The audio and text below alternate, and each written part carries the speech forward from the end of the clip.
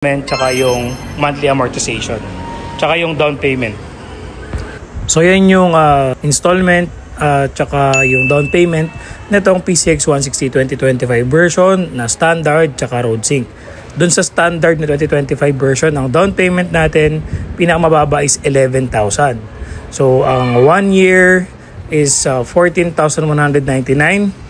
Kapag 18 months naman, 10,561. Kapag 2 years, 8,806. Kapag 3 years, 6,924.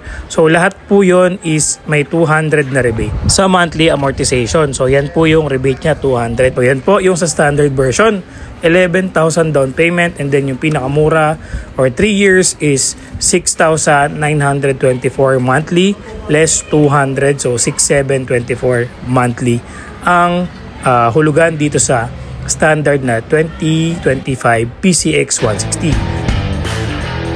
Doon naman po sa 160 Road Sync or PCX 160 Road Sync, ito yung updated na may TFT display, may phone connectivity at naka-sub-tank yung suspension sa likuran.